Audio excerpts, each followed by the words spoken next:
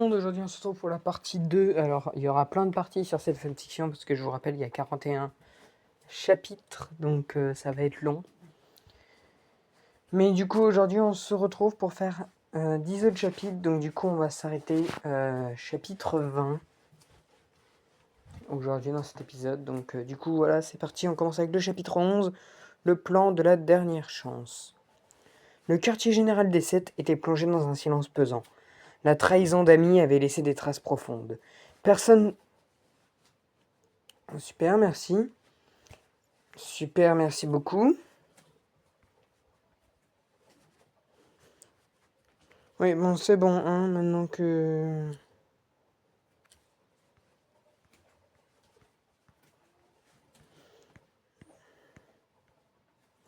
La trahison d'Amy, merde, du coup, j'en étais arrivé à là. Ouais, excusez-moi, du coup.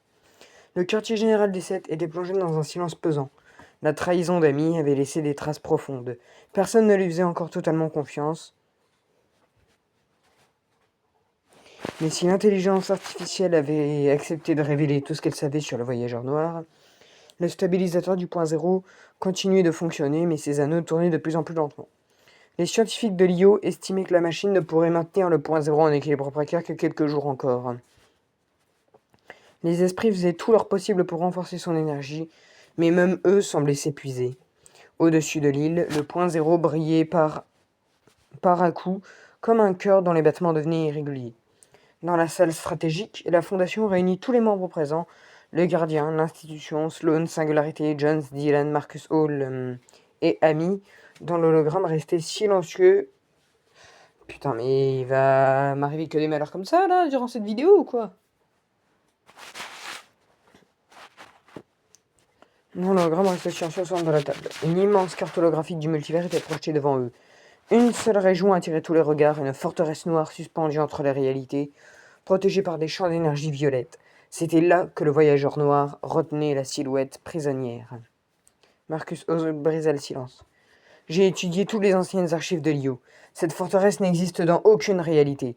Elle a été construite dans un espace situé entre les mondes, là où les lois du multivers sont instables. C'est l'endroit idéal pour cacher un prisonnier que personne ne doit retrouver. Dylan fit apparaître plusieurs plans de la forteresse. Grâce aux informations qu'Amy a récupérées avant sa trahison, nous connaissons une partie de sa structure. Le voyageur noir concentre toute son énergie sur la prison de la silhouette. Si nous attaquons de front, nous perdrons avant même d'atteindre le cœur de la forteresse. Sloan prit alors la parole. Nous devons arrêter de penser comme des soldats. Elle agrandit l'image du stabilisateur du point zéro. Nous avons déjà construit la machine capable d'accueillir la silhouette. Tout se tourna vers elle. Si nous réussissons à la libérer et à la ramener jusqu'à l'île, il suffira de l'amener au centre du stabilisateur. Les anneaux de confinement entreront en résonance avec son énergie et prépareront le point zéro à retrouver son équilibre. Jones leva immédiatement une main. Tu veux dire que le stabilisateur est incomplet sans elle? Exactement, répondit Sloan. Depuis le début, cette machine n'était qu'une moitié de la solution. La silhouette représente l'autre moitié. Et le gardien sentit son armure vibrer. Le point zéro confirme ce que tu dis. Les esprits présents dans la salle s'envolèrent aussitôt et tournèrent autour de l'hologramme de la silhouette, comme s'ils reconnaissaient eux aussi son importance. La Fondation se leva. Alors notre objectif est clair. Il posa sa main sur la table. Nous allons sauver la silhouette. L'institution posa la sienne à côté. Peu importe le prix. Puis Dylan. Je connais les méthodes de l'IO et celles du voyageur noir. Je trouverai un chemin. Singularité rejoignit le groupe. Je protégerai la silhouette jusqu'au point zéro. Le gardien posa sa main en dernier, et je l'escorterai jusqu'au stabilisateur. Tous les regards se tournèrent alors vers Amy. L'intelligence artificielle hésita. Je peux encore vous aider. La Fondation resta silencieuse quelques secondes, puis elle répondit. Tu nous as trahis. Je sais, mais aujourd'hui tu vas nous aider à réparer cette erreur. L'hologramme acquiesça. J'ai encore accès à certains anciens protocoles de l'IO. Je peux ouvrir une fenêtre de quelques minutes dans les défenses de la forteresse. Ce sera votre seule chance d'entrer sans déclencher toutes les alarmes. Marcus Hall consulta les relevés énergétiques. Ça sera une mission extrêmement dangereuse. Si le voyageur noir comprend notre véritable objectif, il déplacera immédiatement la silhouette ailleurs. La Fondation regarda chacun de ses compagnons. Alors il ne doit jamais connaître notre plan. À plusieurs réalités de là, dans sa forteresse, le voyageur noir observait la silhouette enfermée dans son immense prison de cristal. Les chaînes d'énergie violette continuaient d'absorber lentement sa lumière blanche. Il s'approcha de la prison. « Ils viendront te chercher. » La silhouette ne répondit pas. Le voyageur noir esquissa un sourire. « Et c'est exactement ce que j'attends. » Très loin au-dessus de l'île, le point zéro émit une nouvelle pulsation. Le stabilisateur répondit immédiatement. Les anneaux accélérèrent leur rotation pendant quelques secondes avant de ralentir à nouveau.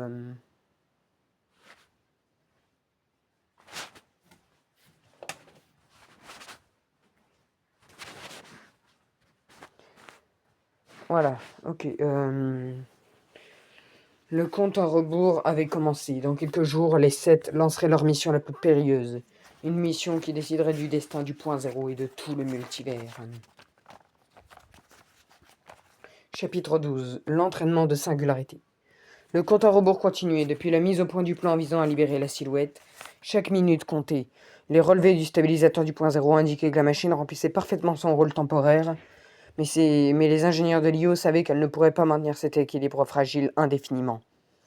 Les esprits continuaient d'alimenter les anneaux de confinement de leur énergie, tandis que les habitants de l'île ignoraient encore qu'une nouvelle guerre approchait.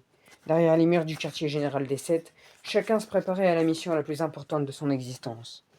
Au lever du soleil, Singularité se rendit seule dans une ancienne vallée située à l'est de la ville. Cet endroit, autrefois traversé par une rivière, avait été transformé par les fractures de la réalité en un immense terrain d'entraînement naturel. Des rochers lévitaient dans les airs, des plateformes de cristal apparaissaient puis disparaissaient, et des cascades coulaient vers le ciel avant de retomber quelques kilomètres plus loin. La Fondation avait choisi ce lieu pour entraîner les nouveaux membres des Sept car il obligeait les combattants à s'adapter sans cesse à un environnement imprévisible. Vêtu de son armure argentée, Singularité activa son casque. Des dizaines de drones d'entraînement sortirent des falaises et commencèrent immédiatement à l'encercler. Sans attendre, ils ouvrirent le feu avec la faible projectile d'énergie. Singularité bondit d'un rocher flottant à un autre, esquivant chaque attaque avec une précision remarquable. Son bâton énergétique se déploya dans un éclat de lumière blanche et reposa plusieurs drones d'un seul mouvement. Chaque coup était rapide, précis et parfaitement contrôlé. Pourtant, malgré sa maîtrise, elle savait que cela ne suffira pas face au voyageur noir. Pendant plusieurs heures, elle repoussa des vagues de plus en plus difficiles. Les drones devenaient plus rapides, les obstacles plus complexes et les simulations reproduisaient même les capacités de certains anciens ennemis des Sept. Chaque fois qu'elle tombait, elle se relevait aussitôt. Chaque erreur devenait une leçon. Les esprits du point zéro observaient silencieusement son entraînement, voltant autour d'elle comme s'il encourageait chacun de ses progrès. Plus tard dans la journée, le gardien rejoignit la vallée. Il contempla quelques instants Singularité qui affrontait désormais un immense drone reproduisant la force d'un titan de Lio. Après un combat acharné, elle parvint finalement à désarmer la machine avant de la mettre hors service d'un puissant coup de bâton. Le gardien applaudit discrètement. « Tu progresses de jour en jour. » Singularité retira son casque encore essoufflé. « Ce n'est toujours pas suffisant. » Le gardien s'approcha. « Tu te prépares pour le voyageur noir. » Il acquiesça. « Non, je me prépare à protéger la silhouette. » Elle observa le point zéro qui brillait au loin. « Si nous échouons, personne ne pourra l'escorter jusqu'au stabilisateur. Je refuse que notre mission s'arrête à cause de moi. » Le gardien posa une main sur son épaule. « Tu ne seras pas seul. » À cet instant, la Fondation et l'Institution arrivèrent à leur tour. Sans dire un mot, ils activèrent leurs armures. « Alors montre-nous ce que tu sais faire, dit la Fondation avec un léger sourire. Un nouvel entraînement commença. Cette fois, Singularité affrontait 2 membres des Sept simultanément.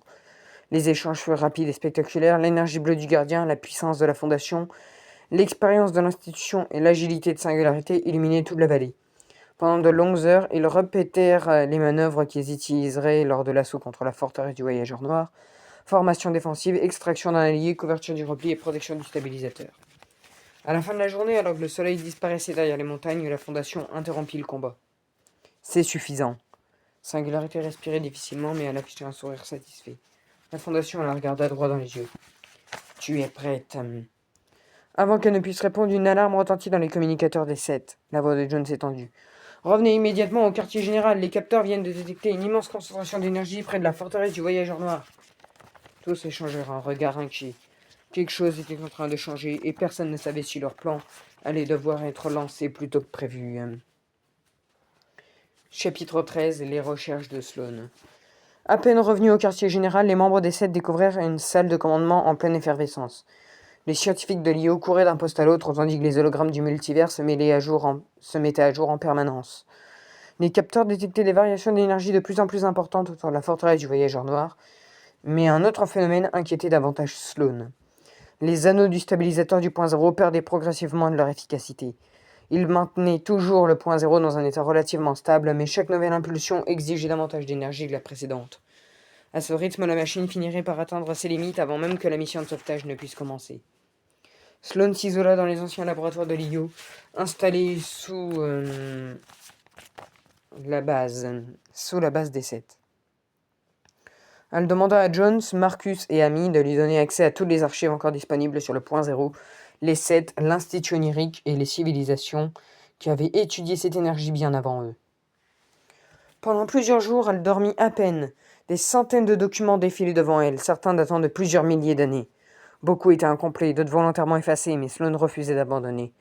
Elle était persuadée qu'il existait une information oubliée pouvant augmenter les capacités du stabilisateur ou offrir un avantage décisif lors de la mission de sauvetage. Marcus Hall finit par apporter une vieille boîte métallique retrouvée dans le bunker secret de l'IO. À l'intérieur se trouvent plusieurs journaux de recherche rédigés à la main par les premiers scientifiques de l'organisation. Contrairement aux fichiers numériques, ces documents n'avaient jamais été modifiés. Sloane passa des heures à les examiner ligne après ligne.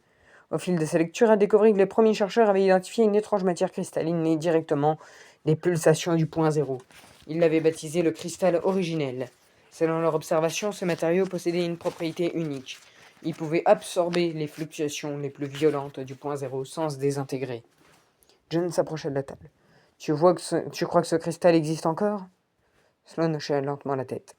S'il a survécu aux anciennes réalités, il pourrait renforcer le stabilisateur et lui permettre de fonctionner plus longtemps. Amy projeta alors une ancienne carte holographique. Les archives indiquent un unique gisement connu, dans une région désormais appelée les falaises de l'écho. La carte révéla un territoire situé au nord-ouest de l'île, une zone née de la fusion de plusieurs réalités. Personne ne s'y était aventuré depuis la rupture du néant. Les relevés indiquaient une activité énergétique extrêmement élevée. Des créatures inconnues et des anomalies gravitationnelles capables de désorienter les explorateurs. La Fondation entra dans le laboratoire.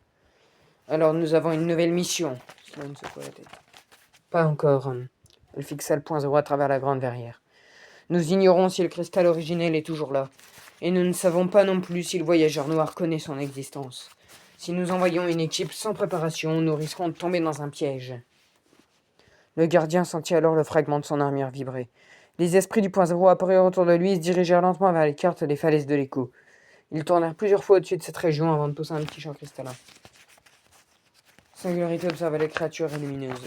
On dirait qu'ils veulent nous y conduire. Sloane referma doucement les anciens journaux.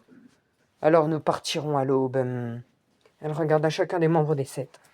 Si le cristal originel existe encore, il pourrait être la dernière amélioration dont le stabilisateur a besoin avant notre assaut contre la forteresse du Voyageur Noir. Pendant ce temps, dans sa forteresse située entre les réalités, le Voyageur Noir observait silencieusement la silhouette enfermée dans sa prison de cristal noir.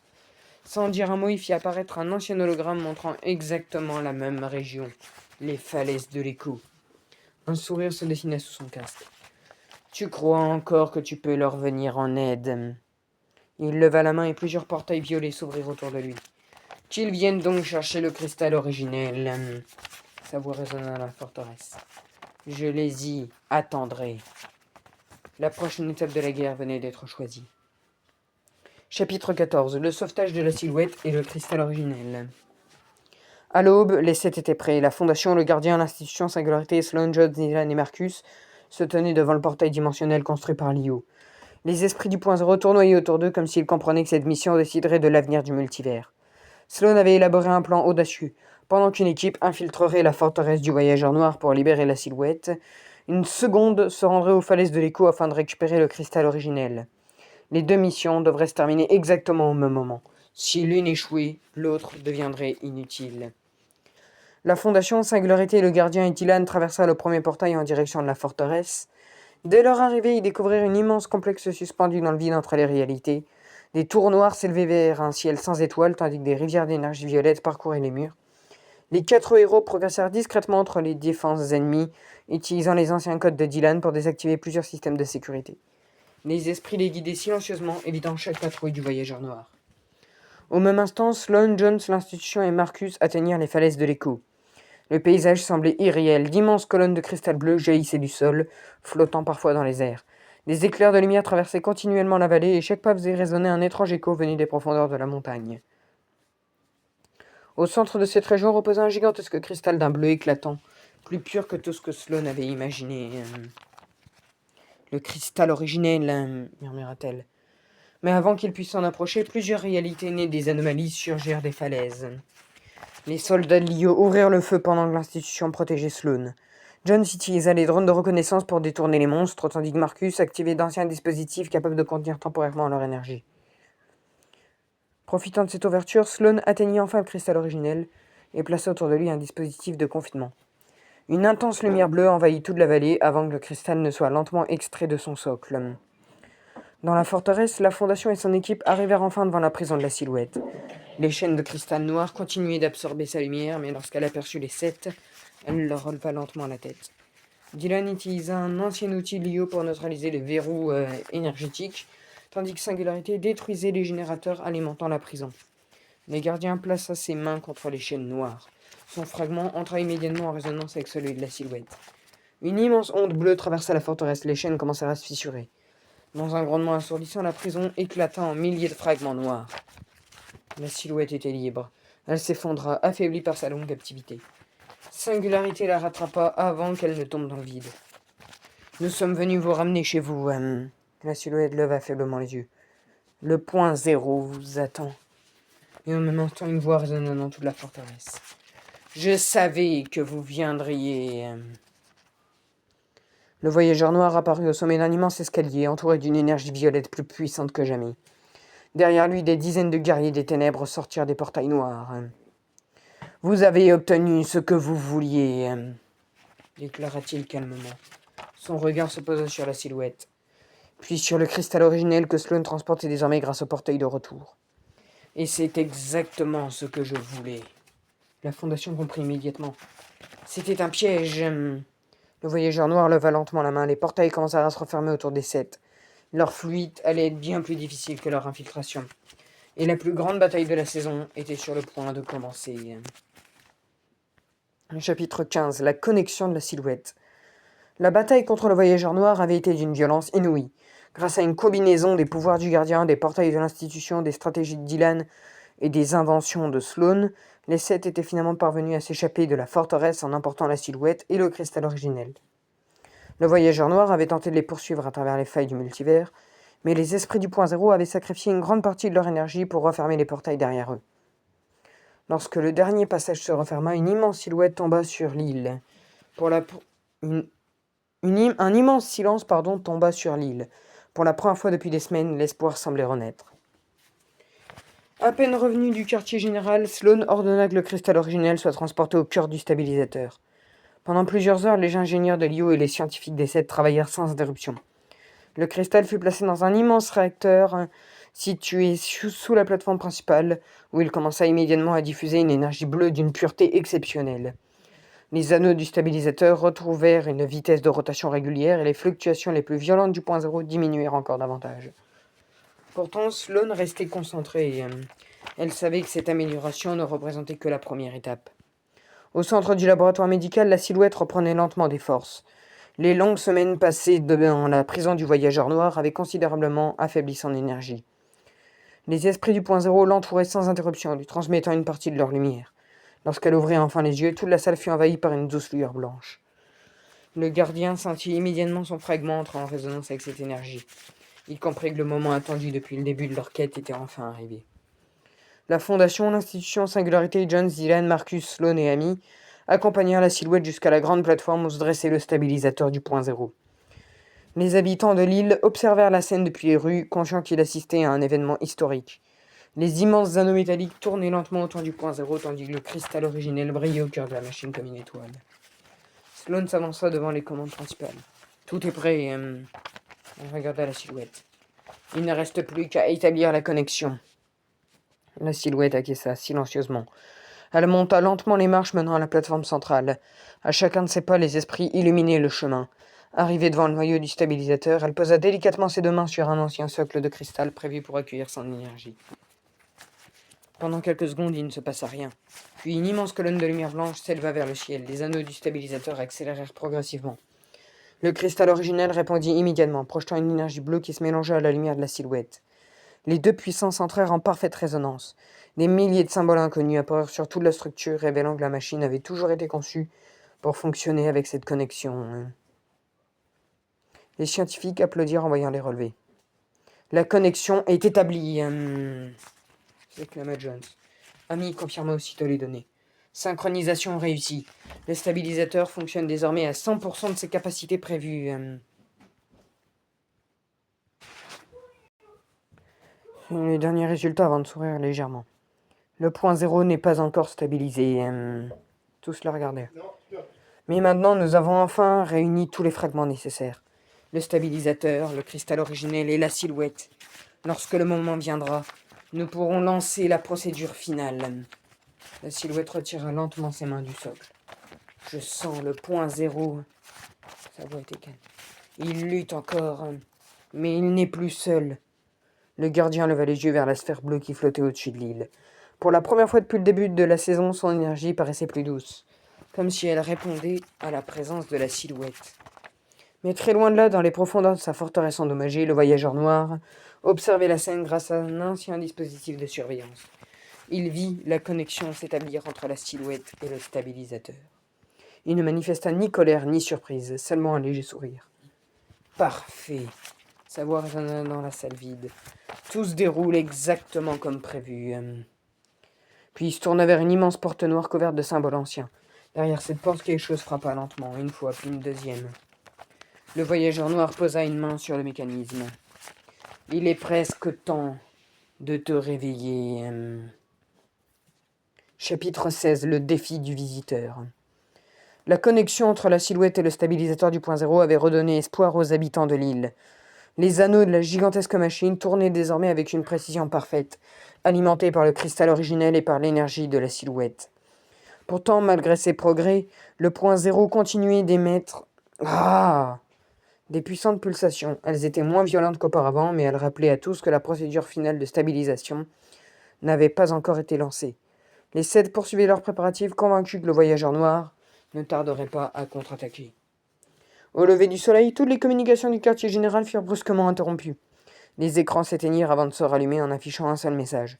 Un immense symbole gravé dans la roche d'une montagne située à l'ouest de l'île. Quelques secondes plus tard, une silhouette encapuchonnée apparut à l'écran. C'était le visiteur. Mystérieux depuis son arrivée dans cette réalité. Contrairement à son habitude, il s'adresse directement au 7. Fondation, gardien, Sloan, Jones, écoutez-moi. Sa voix était calme et solennelle. Si vous voulez sauver le point zéro, vous devrez d'abord prouver que vous êtes digne de le protéger. L'image disparut. À sa place apparurent de coordonnées menant vers une région inconnue baptisée dans les anciennes archives le sanctuaire des épreuves. La Fondation échangea un regard avec l'institution. Il nous met à l'épreuve. Sloan observa les relevés. Les coordonnées sont réelles. Nous devons y aller, répondit le gardien. Quelques heures plus tard, les 7 atteignirent le sanctuaire. Il s'agissait d'un ancien temple construit bien avant l'apparition de l'Io.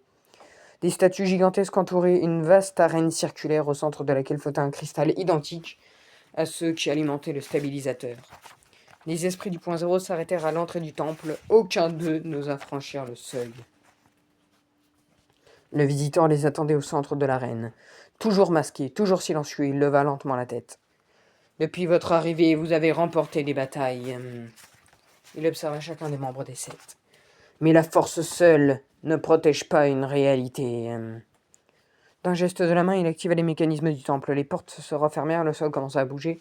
L'arène se transforma en un immense parcours d'épreuves. La première mettait à l'épreuve le courage. Des plateformes suspendues au-dessus du vide infini apparaissaient et disparaissaient au rythme des pulsations du point zéro.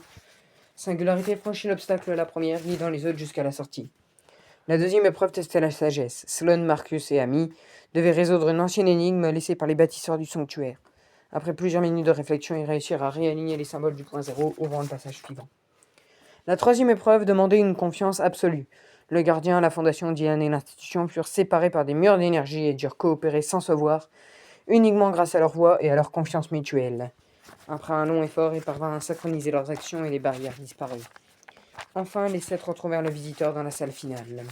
Il les observa en silence, puis il déclara. Vous avez réussi. Le gardien fit un pas en avant. Pourquoi nous faire passer toutes ces épreuves? Le visiteur regarda le point zéro qui brillait au loin. Parce que les jours à venir exigeront davantage que de la puissance. Il tendit la main, une étrange clé de cristal apparut. Ceci est la clé des origines. Il la confia au gardien. Lorsque le moment sera venu de stabiliser définitivement le point zéro, cette clé permettra d'activer le dernier protocole du stabilisateur. Sloan observa immédiatement l'objet. Les relevés confirmaient qu'il était directement lié à la machine. Le gardien serra la clé dans sa main. Alors tout est enfin prêt. Le visiteur resta silencieux quelques instants puis répondit d'une voix grave. Non. Il leva lentement les yeux vers le ciel. Une immense faille violette venait de s'ouvrir au-dessus de l'île. Des dizaines de météores noirs commençaient à tomber en direction de la ville. Le voyageur noir venait de lancer sa contre-attaque, et la guerre pour le point zéro entrait dans sa phase finale. Chapitre 17. L'arrivée de Batman. Le ciel de l'île était en flammes. Les météores noirs envoyés par le voyageur noir traversaient l'atmosphère à une vitesse vertigineuse, laissant derrière eux de longues traînées violettes. Chaque impact ouvrait de nouvelles fissures dans la réalité et libérait des créatures des ténèbres qui attaquaient aussitôt les habitants. Les membres des Sept se dispersèrent dans toute la ville pour protéger la population, tandis que les soldats de Lio mettaient en place des zones d'évacuation. Au centre de la cité, la silhouette demeurait connectée au stabilisateur du point zéro. Entourée par les esprits qui continuaient de renforcer la machine, personne ne devait l'approcher. Alors que la bataille faisait rage, un nouveau signal apparut sur les écrans du quartier général. Ce n'était ni une signature du point zéro, ni une technologie de Lio. C'était un vaisseau inconnu qui venait traverser une faille bleue au-dessus de l'île. L'appareil noir comme la nuit et doté d'ailes, rappelant une chauve-souris, descendit rapidement avant d'atterrir sur le toit d'un immeuble dominant la ville. La fondation leva les yeux. Ce n'est pas un appareil du voyageur noir. La porte du véhicule s'ouvrait lentement. Une silhouette vêtue d'une armure noire descendit sans un mot. Une longue cape flottait derrière elle, tandis qu'un symbole en forme de chauve-souris brillait discrètement sur son torse. C'était Batman. Pendant quelques instants, il observa le chaos qui régnait dans la ville. Son regard se posa sur le point zéro, puis sur le stabilisateur construit par Sloan. Il activa un petit ordinateur fixé à son avant-bras et analysa les relevés énergétiques. Intéressant, murmura-t-il. John s'arriva rapidement sur les lieux. Vous êtes Batman? Le justicier hocha simplement la tête. J'ai détecté une perturbation traversant plusieurs réalités. Elle menait jusqu'ici. Dylan s'approcha. Vous savez ce qui provoque tout ça? Batman regarda la gigantesque faille violette. Je sais seulement que si cette énergie continue de grandir, elle finira par affecter d'autres mondes. La Fondation rejoignit le groupe. Alors nous avons un ennemi commun. Batman observa les membres des Sept. J'ai déjà entendu parler de vous et du point zéro. Batman fut surprise. Comment? Batman afficha sur son écran plusieurs fichiers récupérés au cours de ses voyages entre les réalités. J'ai étudié les anomalies dimensionnelles depuis longtemps. Votre guerre n'affecte plus seulement votre réalité. À cet instant, une explosion secoua le centre-ville. Une créature des ténèbres gigantesques venait d'apparaître près du stabilisateur. Sans hésiter, Batman lança plusieurs grappins qui lui permettent de traverser les immeubles à toute vitesse. Arrivé sur place, il utilisa des explosifs à impulsion pour désorienter la créature avant que le gardien et Singularité ne la repoussent grâce à leur pouvoir. Le combat dura plusieurs minutes. Les gadgets de Batman complétaient parfaitement les capacités des Sept. Ces fumées gênaient les créatures du néant, ces drones repéraient les failles instables, et ces analyses permettaient à Sloan de prévoir les prochaines attaques. Lorsque le calme revint enfin, Batman observa la silhouette reliée au stabilisateur. Elle est la clé, n'est-ce pas? Sloan a dit ça. Oui, mais nous ne sommes pas encore prêts à lancer la stabilisation définitive. Batman resta silencieux puis il déclara. Alors jusqu'à ce jour, je me bats à vos côtés. La Fondation tendit son avant-bras. Batman serra celui-ci en signe de respect. Les Sept venaient de gagner un nouvel allié, mais très loin de l'île. Le voyageur noir observait lui aussi cette rencontre. Son casque se tourna lentement vers un second portail qui venait de s'ouvrir derrière lui. Une nouvelle silhouette mystérieuse s'apprêtait à franchir le seuil. La bataille pour le multivers ne faisait que s'agrandir. Chapitre 18. L'arrivée du Joker. L'arrivée de Batman au sein des Sept avait redonné confiance aux défenseurs de l'île. Grâce à son intelligence, à sa maîtrise des technologies et son expérience face aux menaces les plus imprévisibles, il s'était rapidement intégré à l'équipe. Pendant qu'il aidait Sloan à renforcer les défenses du stabilisateur du point zéro, la Fondation et le Gardien poursuivaient les préparatifs de la bataille finale. Les esprits continuaient de protéger la silhouette, toujours reliée au stabilisateur, tandis que les habitants reconstruisaient les quartiers détruits par les météores du voyageur noir. Mais dans les profondeurs de la forteresse des ténèbres, le voyageur noir préparait lui aussi son prochain mouvement. Debout devant un immense portail noir, il observait les énergies du multivers tourbillonner autour de lui. Les symboles gravés sur le sol s'illuminèrent progressivement, puis un rire étrange commença à résonner dans toute la salle. Un rire aigu, imprévisible, presque joyeux. Le voyageur noir ne bougea pas. Un portail s'ouvrit dans une explosion de lumière violette. Une silhouette vêtue d'un costume violet traversa lentement la salle, une large sourire dessiné sur son visage. C'était le Joker. Il observa la forteresse avec curiosité avant d'éclater de rire. Alors c'est ici que tu caches ton petit royaume? J'adore ta décoration, très sinistre. Le voyageur noir le regarda sans émotion.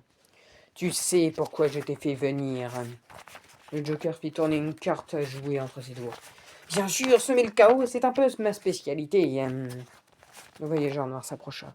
Je ne cherche pas le chaos pour le plaisir. Sa voix devient plus grave. Je veux briser et torturer ceux qui protègent le point zéro. Le Joker éclata de nouveau de rire. Encore mieux. Et en plus, il y a Batman là-bas. Tu aurais dû commencer par ça. Il applaudit comme un enfant. Rien que pour voir sa tête, j'accepte. Le voyageur noir ouvrait alors une immense carte holographique de l'île. Le Joker observa attentivement le quartier général des 7, le stabilisateur, la silhouette et les différentes zones protégées par les esprits. Tu veux que je détruise leur machine? Le voyageur noir secoua lentement la tête. Non. Il pointa du doigt Batman. Je veux que tu détournes son intention. Le Joker esquissa un sourire encore plus grand. Oh, tu veux que je joue avec lui? Le voyageur noir acquiesça. Tant que Batman sera occupé, les 7 perdront leur meilleure stratégie. Le Joker sortit plusieurs cartes explosives de sa manche. Ça, c'est un défi qui me plaît. Il fit apparaître un bouquet de fleurs qui explosa dans un nuage de confettis violet. Même les guerriers des ténèbres reculèrent, ne sachant jamais à quoi s'attendre avec ce nouvel allié. Pendant ce temps, sur l'île, Batman travaillait avec Sloane sur les plans de défense du stabilisateur, lorsque son ordinateur détecta une énergie familière. Il consulta les relevés. Son visage se reforma immédiatement. Impossible. La Fondation remarqua son changement d'expression. Qu'y a-t-il? Batman fixa les écrans. Quelqu'un que je connais vient d'entrer dans cette réalité. Jones consulta les capteurs. Tu sais de qui il s'agit? Batman répondit d'une voix calme et étendue. Oui, il serra les poings. Le Joker. Un silence lourd envahit la salle. Batman savait que lorsque le Joker apparaissait quelque part, rien ne se déroulait jamais comme prévu. Et le voyageur noir venait peut-être de trouver l'allié le plus imprévisible de toute la guerre. Chapitre 19. Les visions de Jones. La menace grandissait de jour en jour. Avec l'arrivée du Joker aux côtés du voyageur noir, les 7 savaient que la guerre venait d'entrer dans une nouvelle phase. Batman travaillait sans relâche avec Sloane afin d'anticiper les pièges que son plus vieil ennemi pourrait tendre, tandis que la Fondation renforçait les défenses autour du stabilisateur du point zéro. La silhouette demeurait connectée à la machine, entourée des esprits, et le point zéro continuait de battre lentement comme s'il entendait le moment décisif. Cependant, une autre inquiétude commençait à apparaître. Depuis plusieurs nuits, Jones ne dormait presque plus. À chaque fois qu'il fermait les yeux, il voyait les mêmes images. Au début, il pensait qu'il s'agissait de simples cauchemars provoqués par les événements récents. Mais ses visions devenaient de plus en plus précises. Elles semblaient réelles. Une nuit, il se retrouva une nouvelle fois dans un immense vide blanc. Au loin, le point zéro flottait seul dans l'obscurité. Face à lui, il se tenait le visiteur. Immobile, silencieux, puis l'image changea brutalement. Le visiteur se tenait devant le stabilisateur. Le point zéro brillait d'une lumière aveuglante. Autour de lui, les 7 étaient à terre. Jones voulut courir vers eux. Mais une voix inconnue résonna dans le vide. Méfie-toi du visiteur. Le rêve s'interrompit brutalement. Jones se réveilla en sursaut couvert de sueur. Au petit matin, il décida d'en parler à la Fondation, à Sloane, au gardien, à Batman et à Dylan. Ils se réunirent immédiatement dans la salle de commandement. Jones raconta chacune de ses visions avec précision. Le silence s'installa. Sloane consulta rapidement les relevés du point zéro. Ce ne sont pas de simples rêves. Elle leva les yeux vers Jones. Ton esprit est connecté aux fluctuations du point zéro. Il est possible que tu vois des futurs. Possible. Batman croisa les bras. Les visions ne montrent pas toujours ce qui va arriver, mais elles montrent souvent ce qui pourrait arriver, répondit Dylan. Marcus observa plusieurs anciennes archives. Dans les premiers temps, Lio, certains explorateurs développaient ce genre de vision lorsqu'ils restaient trop longtemps près du point zéro. Le gardien regarda Jones. Alors tu crois que le visiteur va nous trahir? J'en sais rien. Il baissa les yeux. Mais dans toutes mes visions, il était au centre de la catastrophe. La fondation resta silencieux. Il repensa à tous les événements récents. Le visiteur était apparu sans prévenir. Il connaissait des secrets que personne ne possédait. Il leur avait remis la clé des origines. Et pourtant, personne ne savait réellement qui il était. À cet instant, les esprits cessèrent brusquement de voler. Ils regardèrent tous dans la même direction.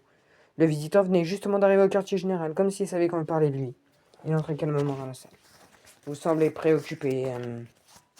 Personne ne répondit immédiatement. Batman observa attentivement chacun de ses gestes. Le gardien posa discrètement une main sur son arme. Jones a eu plusieurs visions. Je m'en doutais. Ce traitement glassa toute la pièce. Pourquoi mes visions me disent-elles de me méfier de toi? Le visiteur regarda longuement le point au bout à travers la baie vitrée. Puis il répondit d'une voix calme. Parce que les visions montrent rarement la vérité. Il tourna la tête vers Jones. Elles montrent ce que la peur veut vous faire croire. Il marqua une pause. Mais elles ne montrent pas toujours pourquoi les événements arrivent. Avant que quelqu'un puisse lui poser une autre question, le visiteur quitta la salle. La fondation le regarda s'éloigner. Batman brisa le silence. Je ne sais pas s'il ment. Il fixa la porte qui venait de se refermer. Mais à partir d'aujourd'hui, nous le garderons sous surveillance. Très loin de là, dans la forteresse du voyageur noir, celui-ci observa un ancien écran montrant exactement la même scène. Un léger sourire apparut sous son casque. Les doutes, murmura-t-il, sont les armes les plus puissantes. Et sans que personne ne le sache, le véritable plan du visiteur continuait de se mettre en place.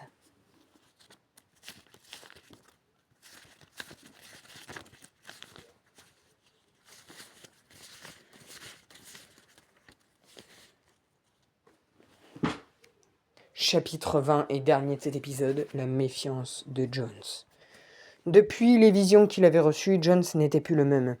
Lui qui avait toujours été l'un des membres les plus optimistes des 7, se montrait désormais discret, observant chacun des faits et gestes du visiteur. Les paroles entendues dans ses rêves résonnaient sans cesse dans son esprit. Méfie-toi du visiteur. Il essayait de les ignorer, mais plus les jours passaient, plus les coïncidences s'accumulaient. Le visiteur semblait toujours apparaître au bon moment.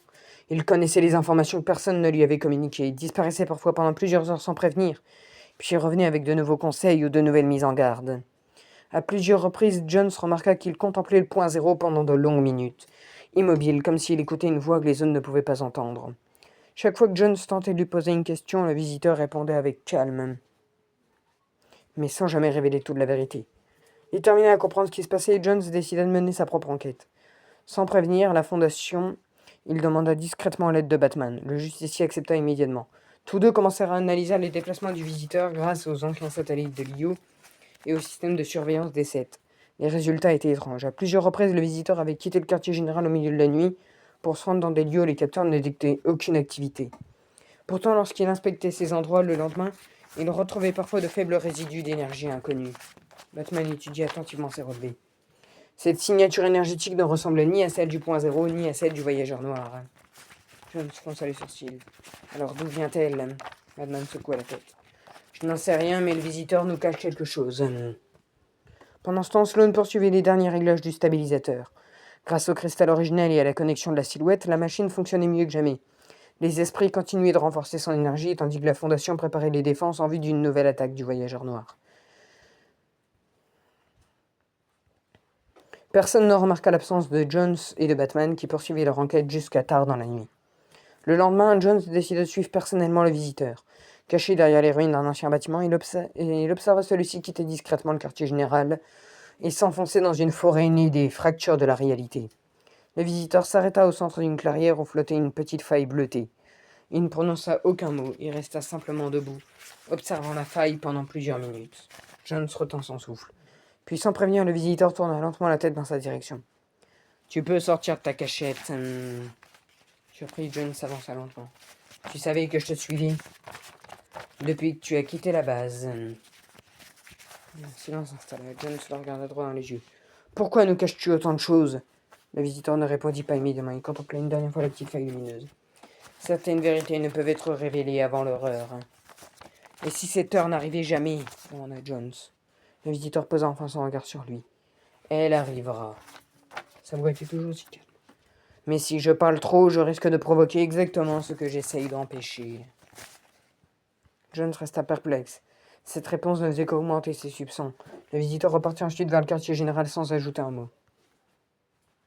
Jones demeura seul dans la clairière. Batman sortit directement de l'ombre. Alors, Jones regarda la feuille qui disparaissait lentement. Je ne sais toujours pas qui il est. Il savait. Mais je suis certain d'une chose, Batman attendit son réponse. Jones fixa l'horizon. Tant que nous ne connaîtrons pas toute la vérité, je continuerai à me méfier de lui. Au même moment, dans la forteresse du voyageur noir, un ancien moniteur s'alluma brièvement. Une silhouette observa brièvement Jones et le visiteur grâce à une étrange projection. Aucun mot ne fut prononcé. Puis l'écran s'éteignit. Comme si quelqu'un surveillait déjà tous les joueurs de cette guerre. Et donc du coup, on va s'arrêter là pour cette partie 2 de la fanfiction de la saison 3 de notre fanfiction Fortnite. J'espère en tout cas que vous avez aimé cet épisode. Si c'est le cas, n'hésitez pas à liker, vous abonner, activer la cloche de notification, à laquelle vous abonner, c'est plaît. Toi, je vous dis ciao, ciao, ciao.